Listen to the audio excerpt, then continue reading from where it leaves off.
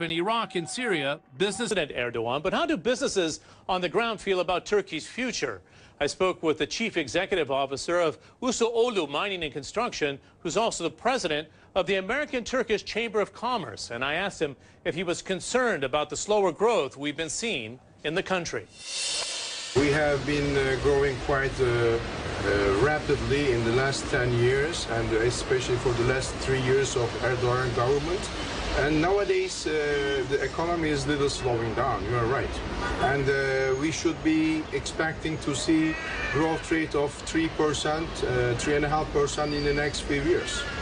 This is a difficult time because of the unrest in Iraq, which could last a few years. You have the challenges to the south in Syria, and Europe is slowing down again. Where do you get your export growth?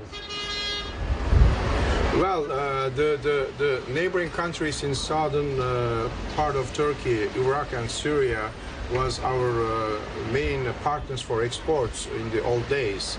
And actually being the gateway to the Middle East markets, going through Syria, Turkey was exporting to almost a dozen countries. You're right, it stopped, and now European Union is going through some recession.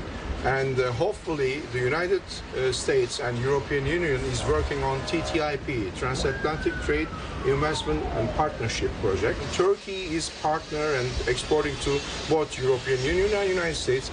Years ago, though, Mr. Erdogan was promising this great growth to the Middle East and tilting south to Africa. Africa's still in play, but the Middle East looks very chaotic. This is really going to undermine the prospects for the next few years, though.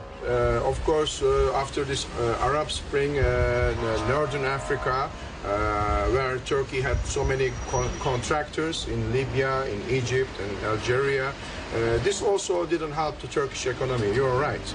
And I hope in the near future all these conflicts will resolve, and again Turkish contractors will take their place in those countries, in Northern Africa especially. You've had Prime Minister Erdogan in office for nearly a dozen years. He could be in power for another 10 years. Yeah. Does this not concern you that there's a centralization of power under one personality and one individual? Well, not really, because if you look at it, Turkey had its best time in terms of economics and social welfare. The last 12 years, since November the 3rd, 2002, things are really growing.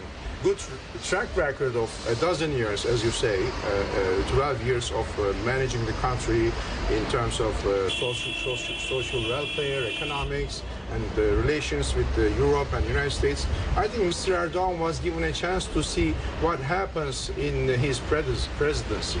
It's interesting to note that the ratings agencies, particularly Fitch and Moody's, are putting a question mark over domestic political challenges. Do you think that's fair by the rating agencies?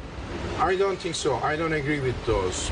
If you look at the Turkish economy, we have our own dynamics, and if you look at the production, it's increasing, and unemployment rate is not so bad, and we have a 29-year-old of 29 years old of an average age. It's a big consumer market, and so rating institutions, I don't understand why they are trying to reduce the ratings of Turkey. I don't know. CEO of Ustaoğlu Mining and Construction, Beşir Ustaoğlu, on the more challenging times in Turkey in terms of economic growth. Up next, an in-depth look at Turkey's neighbor Iraq and how ISIS has quickly established a black market network for oil.